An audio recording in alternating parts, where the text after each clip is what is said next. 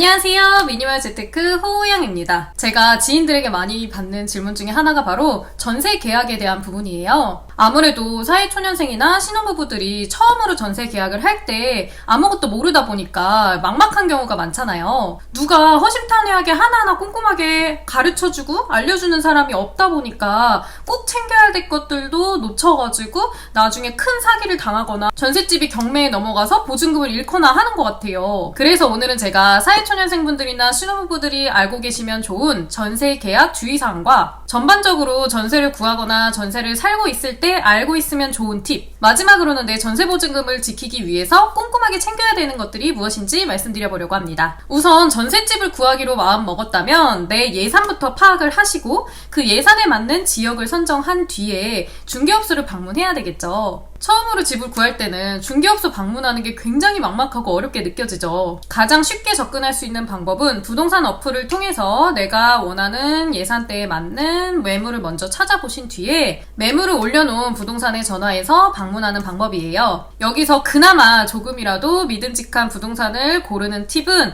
매물을 많이 올려놓은 부동산을 고르는 거예요. 많은 매물을 올려놨다고 무조건 좋은 부동산은 아니긴 하지만 그래도 매물을 올릴 때마다 수수료를 내고 있는 거기 때문에 물건을 많이 올렸다는 것은 그만큼 열심히 일하는 부동산일 가능성이 크다는 거예요. 중개업소는 같은 동네에서 적어도 3군데 이상의 부동산을 돌아다니시는 것을 추천드립니다. 첫 번째 부동산에서 내가 마음에 드는 물건을 딱 발견했다고 해도 바로 계약하지 마시고 우선은 여러 군데 돌아다녀 보시는 게 좋습니다. 부동산 소장님들이 늘상 하시는 이런 매물 없어요. 이 매물 주말이면 다 나갈 거예요. 어차피 부동산이 매물을 공유하기 때문에 다른 부동산 가도 매물 없어요. 이런 말들은 그냥 흘려 들으시면 돼요. 부동산들도 진짜 좋은 매물이나 아니면 자신들이랑만 거래하는 집주인들의 매물은 공유하지 않고 그냥 자신들만 가지고 있는 경우가 많아요. 그래서 정말 좋은 매물은 부동산들이 공유를 안 하고 각각 가지고 있기 때문에 여러 부동산을 돌아다녀 보시는 게 좋습니다. 사회초년생분들이나 신혼부부들의 경우 그냥 소장님들이 보기에는 딱 봐도 잘 모르는 것처럼 보이거든요. 그래서 설명도 대충 해주고 그냥 이런 건 대충 넘어가도 돼 라던가 이런 건 원래 다 이런 거야 이런 식으로 대충 뭐든지 넘어가려고 하시는 경우가 있어요. 그래서 될 수 있으면 부동산을 고를 때 내 아들 같아서 내 딸 같아서 하시면서 설명도 열심히 해주시고 집 볼 때는 어떤 걸 봐야 되는지도 설명해 주시고 계약서를 볼 때는 어떤 걸 봐야 되는지도 설명해 주시고 등기부등본에서 확인해야 되는 게 무엇인지도 설명해 주시는 그런 소장님들을 만나는 게 가장 좋습니다. 그런데 사실 그게 쉽지는 않아요. 그래서 처음에 이제 부동산 거래를 할 때 제일 좋은 것은 부모님이랑 함께 다니는 게 좋아요. 그런데 여건이 안 돼서 부모님과 함께 돌아다닐 수가 없다 하시는 경우는 적어도 친구라도 데리고 돌아다니시는 게 좋습니다. 부동산 대부분이 부동산 소장님이 계시고 그리고 중개보조원 분이 계시거든요. 이럴 때는 나 혼자 부동산을 방문하면 약간 의견을 낼 때마다 수적으로 밀리는 경우가 있어요. 뭐 하나 질문할 때마다 아니면 의견 제시할 때마다 총각이 잘 몰라서 그래 원래 다 그런 거야 라던가 아니면 아가씨가 뭘 몰라서 그래 부동산 거래 안 해봐서 모르지 뭐 이런 식으로 그냥 너는 모르니까 이거는 뭐 따지면 안 된다 라던가 의견을 내면 안 된다 라던가 이런 식으로 몰아가실 수가 있거든요. 또 미리 알고 계시면 좋은 것은 부동산 중개업소 분들은 아무래도 세입자 편이기보다는 집주인 편인 경우가 많아요. 그 이유는 세입자 같은 경우 한 번 이 새 집에 살다가 나가면 끝이지만 집주인 같은 경우는 계속 그 동네에 집을 가지고 있기 때문에 이 중개업소 분들이랑 서로 안면이 있는 경우가 많습니다. 그리고 부동산 입장에서는 이 집주인분이 요번에 계약하고 2년 뒤에 또 자신들이랑 계약할 수가 있기 때문에 무조건 집주인 편을 들려고 하시는 경우가 많아요. 이럴 때는 조금이라도 소장님을 내 편으로 만들어두는 게 좋은데요. 소장님들을 내 편으로 만드는 방법은 소장님 저는 잘 몰라서 소장님만 믿을게요 이렇게 말씀을 하시면서 인정에 호소하는 게 가장 좋더라고요. 뭐 불만 생길 때마다 얼굴 붉혀가면서 그냥 감정적으로 대응하기보다는 나는 약자인 세입자다 라는 포지션으로 나가는 게 훨씬 도움이 됩니다. 집을 보러 다닐 때 주의하실 점은 요즘에는 그냥 인터넷에 집 볼 때 어떤 걸 봐야 되는지 체크리스트를 검색하시면 나오기도 하는데요. 가장 제가 강조하고 싶은 것은 처음에는 신혼부부나 사회초년생 같은 경우 그냥 겉에 외적인 인테리어나 이런 것만 보게 되거든요. 그런데 그것뿐만 아니라 꼭 봐야 되는 게 바로 내적인 부분. 그러니까 뭐 수도라던가 배관이라던가 난방이라던가 이런 부분을 더 꼼꼼히 보셔야 돼요. 이런 것은 공사도 어렵고 또 월세가 아니라 전세 같은 경우는 집이 고장났을 했을 때 세입자가 반부담하거나 전액 부담하는 경우가 많기 때문에 미리미리 계약 전에 확인하는 게 좋습니다. 또 만약에 진짜 계약하고 싶은 집이다 하는 경우는 중개사님께 양해를 구하고 사진 촬영을 해두는 게 굉장히 도움이 돼요. 집을 여러 군데 보다 보면은 어떤 집이 어떤 집이었고 잘 기억이 안 나거든요. 계약하고 싶은 집이 생겼다면 중개사분께 이야기를 하고 가계약금을 쏘게 되는데요. 가계약금을 쏘기 전에도 등기부 등본을 꼭 확인하셔야 됩니다. 등기부 등본을 보고 확인해야 되는 것은 부채가 있는지, 그러니까 근저당이 잡힌 게 있는지를 확인하시면 되는데요. 근저당이 좀 단어가 어렵게 느껴지는데 그냥 돈을 빌리기 위해서 저당을 잡았다 라는 거라고 이해하시면 됩니다. 보통 전세 보증금이 자신의 전재산인 경우가 많잖아요. 나의 전재산을 지키기 위해서는 아무리 전세가가 저렴하다고 해도 대출이 있는 집보다는 대출이 아예 없는 깔끔한 집을 구하시는 게 좋습니다. 비교적 전세 대출은 손쉽게 누구나 받을 수 있는 편이기 때문에 그냥 보증금이 부족하면 차라리 대출을 받으시는 게 나아요. 대출 받는 거 아끼려다가 종잣돈 다 날리는 것보다는 안전한 집을 계약하는 게 좋겠죠. 또 지방 같은 경우는 아직도 전세가와 매매가가 1천만 원밖에 차이가 안 나는 그런 집들이 꽤 있어요. 이런 집은 2년 뒤에 전세에 나갈 때 이 매매가가 떨어져가지고 오히려 전세가보다 매매가가 저렴하게 될 수도 있어요. 그러면 내 보증금을 못 받게 되거든요. 그래서 매매가와 전세가가 전혀 차이가 안 나는 그런 지역의 경우 전세보증보험을 드시는 것도 좋을 것 같아요. 전세보증보험이란 전세 계약 완료 후에 임대인이 전세보증금을 돌려주지 못하는 상황이 왔을 때 주택도시보증공사가 대신 임차인에게 전세보증금을 돌려주는 제도예요. 이건 전세 계약 기간이 2분의 1 이상 남았을 때 가입하실 수 있어요. 다시 가계약금 얘기로 돌아와서 가계약금은 필수인 건 아니에요. 그래서 선택적으로 내가 이 집을 정말 꼭 잡아놓고 싶다라고 하면 가계약금을 쏘시면 되는데요. 여기서 주의하실 것은 가계약금도 계약의 효력을 동일하게 발생시키는 거기 때문에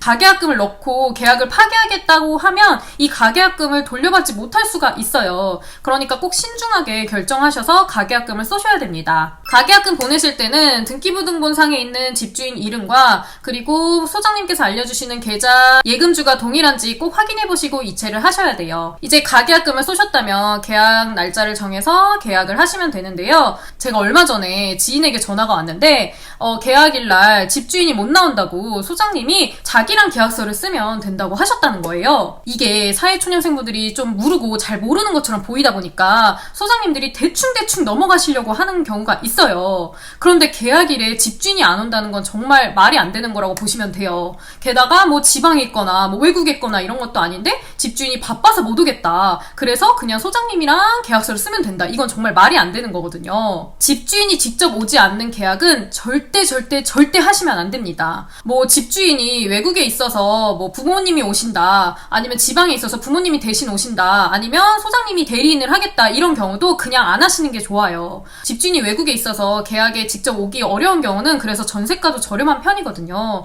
하지만 이런 계약은 불안해요. 우리가 어떤 가능성, 그러니까 약간 사기나 아니면 내 보증금을 잃을 것 같은 일말의 가능성이라도 있으면 안 하는 게 낫잖아요. 그래서 보증금 좀 저렴하다고 혹해가지고 그런 계약 하지 마시고 그냥 안전한 계약을 하기 위해서는 집주인이 계약일날 오는 계약을 하시면 좋습니다. 세상에 전셋집이 그 집밖에 없는 게 아니기 때문에 굳이 그런 위험 부담을 가지고 계약을 하실 필요가 없어요. 그리고 계약일에는 저는 요즘에는 정말 그냥 습관처럼 항상 녹음을 하고 있어요. 아무래도 저도 사람이다 보니까 이 2년 동안 전세 살면서 예전에 계약할 때 집주인이랑 합의했던 부분들이 기억이 안 날 때도 있거든요. 그래서 그냥 미리 녹음을 해두고 계속 뭔가 궁금증이 생겼을 때 다시 한번 들어보고 하는 편입니다. 또 여러 번 이제 부동산 계약을 하다 보니까 다른 말 하시는 중개업소분들이 너무 많다 보니까 계약일에 녹음하는 게 습관이 되었어요. 이 계약날에 꼼꼼하게 확인만 해도 전세 사기나 경매로 집이 넘어가는 것을 방지할 수가 있는데요. 3가지만 꼭 기억하시면 될 것 같아요.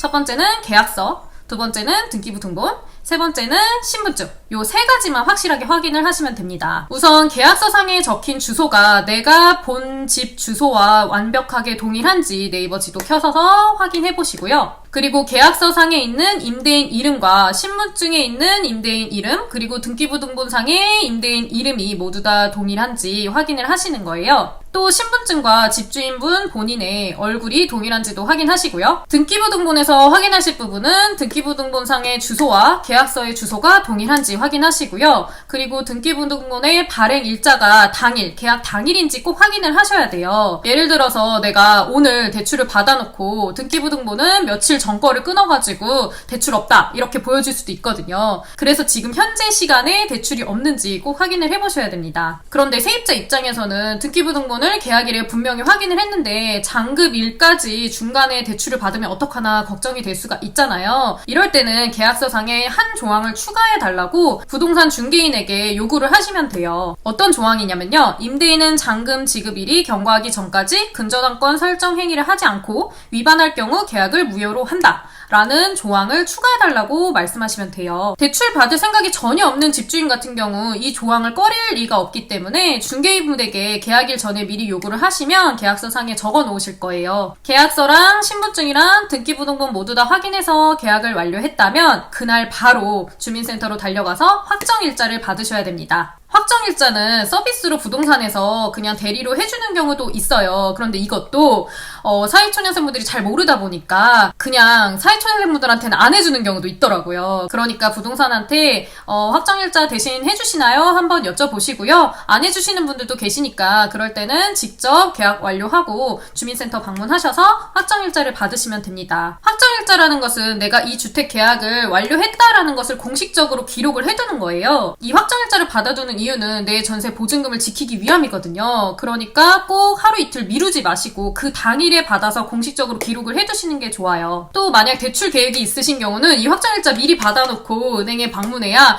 훨씬 편리하게 빠르게 일처리를 할 수가 있습니다. 그리고 이사 당일에 내 전세금을 지키고 싶다면 꼭 해야 되는 게 바로 전입신고예요. 이 전입신고 같은 경우 내가 하루라도 늦게 되면은 만약에 집이 경매로 넘어갔을 때 내 대항력을 잃게 될 수도 있어요. 그러니까 전입신고는 잔금 치르자마자 꼭 당일에 가서 전입신고 완료를 하셔야 됩니다. 잔금을 치르고 나면 이제 마지막으로 해야 될 게 바로 중개수수료를 내야 되겠죠. 중개수수료는 모두 현금 영수증 의무 발행 대상입니다. 그래서 만약 세입자가 아니면 집주인이 거래하고 나서 이야기를 하지 않아도 무조건 부동산에서 발행을 해야 되는 게 현금 영수증이에요. 그런데 사회초년생 같은 경우 잘 모르다 보니까 그냥 발행 안 해놓는 경우가 꽤 있습니다. 저도 정말 많이 당했는데요. 그래서 며칠 후에 가가지고 다시 발행해달라고 말한 적이 몇 번이나 있어요. 그러니까 귀찮은 일 안 겪으시려면 바로 그 자리에서 현금 영수증 발행해달라고 꼭 이야기를 하시면 됩니다. 이렇게 전세 계약 과정을 설명해드렸는데요. 여기에 하나 더 추가를 해서 전세 만기 시에 어떻게 집을 빼고 나와야 되는지 이때 주의할 것은 무엇인지 말씀드려보려고 해요. 전세 만기가 도래했을 때 두 가지 경우가 있겠죠. 한 가지는 이 집에 계속 살고 싶을 때,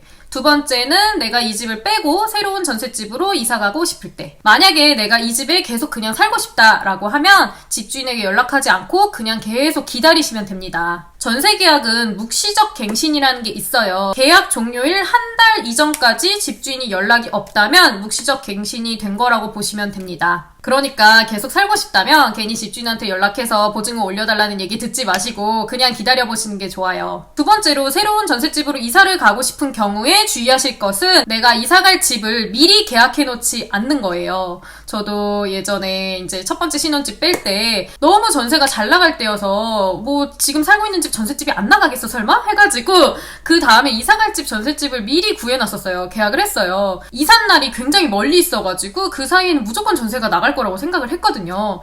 그런데 정말 힘들게 나갔어요. 정말 집을 20명이 막 보고 갔는데도 이상하게 전세가 안 나가더라고요. 그러니까 괜히 마음이 막 불안하고 하더라고요. 제 친구들 중에서도 이렇게 얘기하는 사람이 많더라고요. 아니 어차피 전세 계약 날짜인데 그 계약 날짜에는 무조건 돈 주겠지. 집주인이 알아서 돈 주겠지. 전세 안 나가도 돈 주겠지. 이렇게 이야기하는 친구들이 많더라고요. 절대 아닙니다. 만약에 살고 있는 집이 그 다음 전세 계약이 안 된 상태에서는 집주인이 절대로 보증금을 돌려줄 수가 없는 거예요. 왜냐하면 집주인도 그 다음 세입자가 보증금을 줘야 그걸 받아서 나가는 세입자한테 돈을 주는 거거든요. 그러니까 여유자금이 뭐 1, 2억 이렇게 가지고 있는 집주인은 없어요. 그야 법적으로는 계약 만기가 됐으면 보증금을 돌려줘야 되는 게 맞죠. 그런데 만약에 전세 만기 시에 새로운 세입자가 들어오는 게 계약이 안 돼가지고 집주인이 돈을 못 준다라고 했을 때 이 보증금을 받으려면 뭐 법정 소송을 하거나 이렇게 해야 되잖아요. 그러려면 시간이 오래 걸리겠죠. 결국에 내 돈을 내가 이사 갈 때 바로 받을 수는 없어요. 그러니까 나는 새로운 집에 이제 보증금을 다 내야 되는데 여기에서 돈을 못 받아가지고 이 보증금을 못 내서 이 계약이 파기될 수도 있는 거거든요. 그러니까 절대로 미리 이사 갈 집을 계약해 놓지 마시고 우선은 이 살고 있는 집 전세가 나간 뒤에 그 다음에 새로운 전셋집을 구하셔야 됩니다. 오늘 이렇게 전세를 구하는 과정, 전세를 살고 있을 때 주의해야 될 것을 한번 이야기해 보았는데요. 도움이 되셨나요? 오늘 영상도 도움이 되셨다면 아래에 좋아요, 구독하기 잊지 마시고요. 다음 영상에서 또 뵙겠습니다. 안녕!